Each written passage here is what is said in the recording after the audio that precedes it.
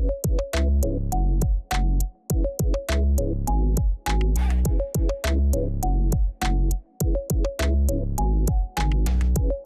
everybody, today I am in Carmel, Indiana, and in this video we're going to talk just a little bit about a couple really of the different sections of Carmel and the feel of those sections. So stay tuned. Hey everybody, I'm Jason Compton with the Compton Home Group.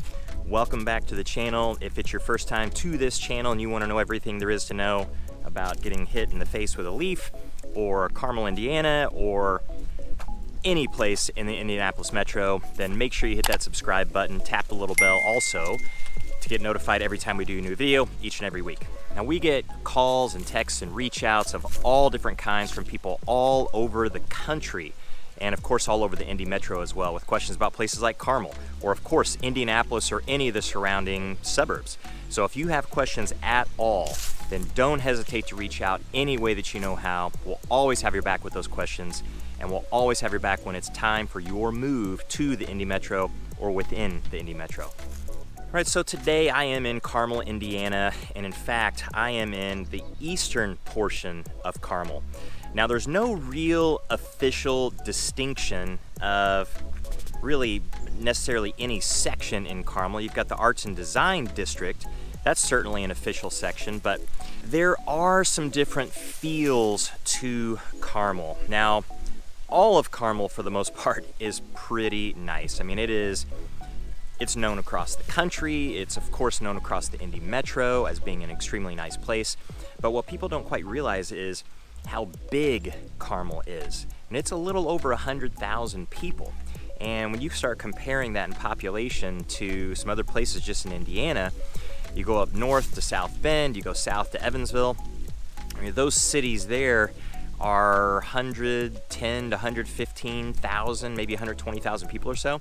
Carmel's not that far behind, and Carmel is continuing to grow. So it's possible here in the near future that Carmel is going to be the third largest city in the state of Indiana. So you'd have Indianapolis, the next one would be Fort Wayne, which is about 270,000 people or so, and then Carmel, which is nuts to think about because most people think about Carmel just being a suburb of Indianapolis, but it's bigger than you think. Now, as far as going north to south or south to north in Carmel, not huge. 96th Street, which runs east and west across the north side of Indianapolis, that's pretty much the border between Indy and Carmel. But when you get up to 146th Street, Carmel ends and you get into Westfield. And just to the east of that is Noblesville. But from east to west, Carmel is quite large. It's very, very wide. I mean, it's roughly 15 miles or so across. So definitely bigger than what a lot of people realize. And a lot of the expansion of Carmel has happened out to the west where it has room to grow. If you go to the east, you run into the White River, and of course then you run into Fishers too. So not a lot of expansion out that way. And there's some new construction over on that side of Carmel, but not nearly as much as what you're gonna find on the west side. So that brings us really kind of to the couple of sections, at least, that I always have in my mind as to what you're gonna find in Carmel. Maybe other people have the exact same feeling as well, or maybe they haven't defined it yet. But I know a lot of people that come into Carmel and don't know anything about it, they certainly get this vibe. And of course, people that live in Carmel probably know of that vibe, but maybe haven't put it together necessarily yet. And of course, people in Indianapolis too. But I am in the eastern part of Carmel right now. And and I'm walking through this neighborhood here. A lot of these homes are, gosh, really fantastic. You can find a lot of homes in here, 3,000 square feet, all the way up to over 5,000 square feet, plenty of basements. But what you'll notice about these homes is that it's very established and it's older. So most of these homes in this particular neighborhood here were built in the 70s, but nearby you have a lot of homes built in the 80s and the 90s. So like I said, some new construction in this area too, but it's in very small pockets. Now, when you get over onto the west side of Carmel, things feel and look more new, and generally that's because they are.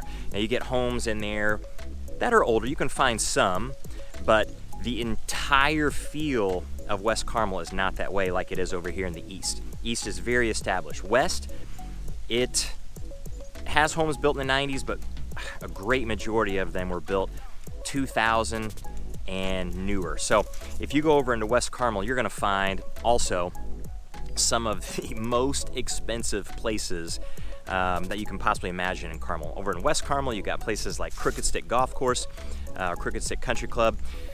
It has some clout across the country. That's where the 91 PGA Championship was played. Every 4 years, the B&W Championship for the PGA Tour is played there. The Women's US Open has been played there. So along 116th Street near that golf course, you can get a lot of gated properties, multi-million-dollar properties, and homes with a lot of property, a lot of acreage.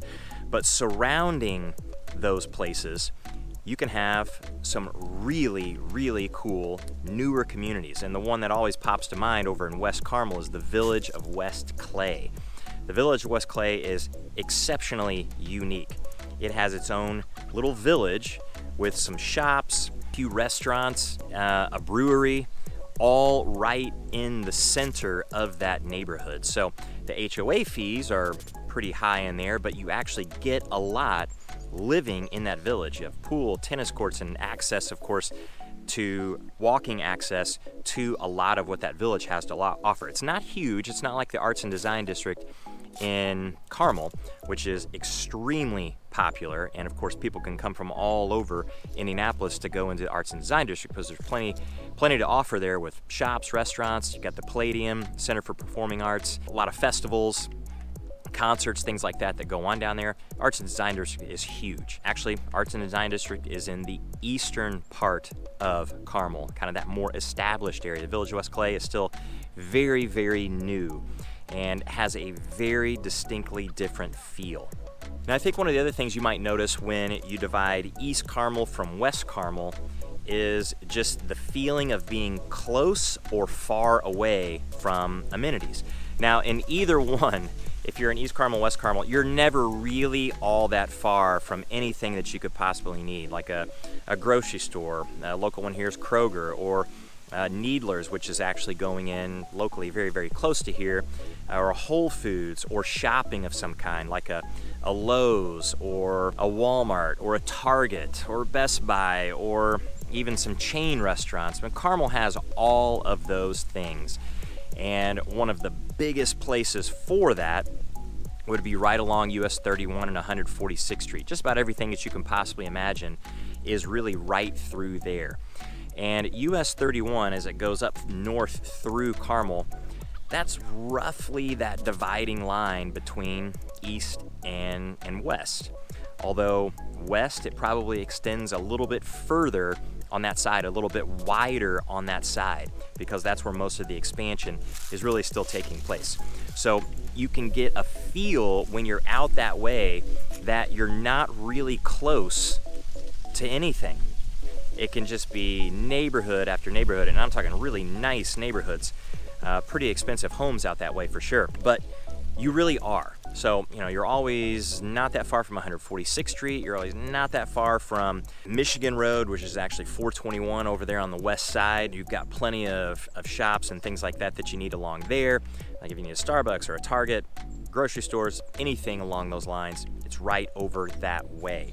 So not that far from it, but it can give you a feel of being out there just a little bit. You can drive around an awful lot and actually never see a lot of those things unless you know where they are. Over in East Carmel, you get a little bit more of a feel of being in an established portion of Carmel. Now, all the things that I'm saying, of course, are subjective. This is my opinion and the way that I feel whenever I'm going through those different sections of Carmel. But a lot of the people that I've toured through Carmel, especially over the last few years, have come away with a description pretty similar to that. So they end up with preferences to one side over the other. You know, if you want really new construction, really nice new homes, you're gonna have a majority of those over in West Carmel. If you want something a little more established, you know, a neighborhood kind of like this one here with some larger trees and homes that are, you know, if they're built in the 70s, they're close to 50 years old at this point. So you want something like that, then East Carmel is probably gonna have an awful lot more as far as choices go than you're gonna have over on the west side.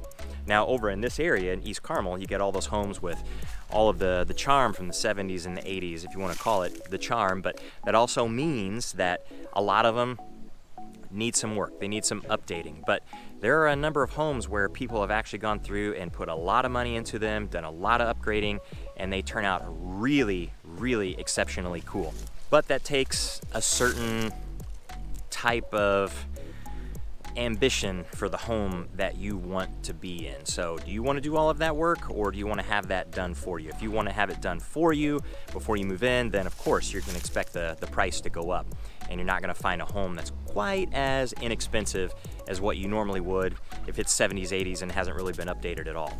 But certainly a different feel between the two is what I've noticed over the years. Although, like I said, it's not an official distinction. So if you're looking in Carmel, you can of course expect the entry to get into Carmel going to be difficult to get in here under $350,000. Even homes that are built in the 70s, 80s with some minor renovations, they could climb into the $4s and up to $500,000 over in East Carmel pretty easily. When you get over in a place like Village or West Clay or any of the new construction neighborhoods over on the west side, those homes definitely $400,000, $500,000, $600,000 is not out of the question at all. And you of course get a lot more expensive than that. So when you are researching Carmel, you want to try to maybe keep that in mind just a little bit, the different feels between the two. One other thing I will say about East Carmel is that that's where the high school is located too. And if you're way over in West Carmel, I mean, you could be potentially 8, 9, or 10 miles or so from the high school. And there's only one high school in Carmel. So if you're in the public school system, that is where your kids are gonna go. There's some private options for sure all around here, but Carmel, you know, of course, is a big high school, and most people in Carmel go to that high school, but you could be a little bit far from it. You know, when you're talking 15, 16 miles across from east to west, that's a pretty good distance, and it'd be a pretty good distance to travel every day. Although I will say, a lot of people, of course, around this area know Carmel is known for its roundabouts. There are, I don't know what the exact number is today, but you know, the official number, if you look it up, it'll say more than 125 roundabouts in Carmel. Is the most roundabouts of any city in the entire country. There are well over 125 roundabouts here. Now that's old data for sure. You can travel almost on many of the roads from the west side to the east side or vice versa and never hit a stoplight, which is pretty remarkable. So you'll never, it's not like you're on an interstate and speeding and going 60, 70, or even 75 miles per hour, but you can at least never have to stop. So while it is a pretty good distance from the east to the west side or vice versa, you continually move unless the traffic is horrendous, which it usually never is. I mean, it can get a little congested with cars going through some of the roundabouts, but you're not gonna stop. You're gonna keep moving. So I will say that that's actually a pretty good thing. So when you're out there on the west side and you feel like, I'm just kind of out here, I'm not really close to anything, you know that you are, and it's not that bad traveling within Carmel to some of those more distant places. So if you have questions about East Carmel, West Carmel, or any place in Carmel at all, then don't hesitate to reach out any way that you know how. And until the next one, we'll see you later.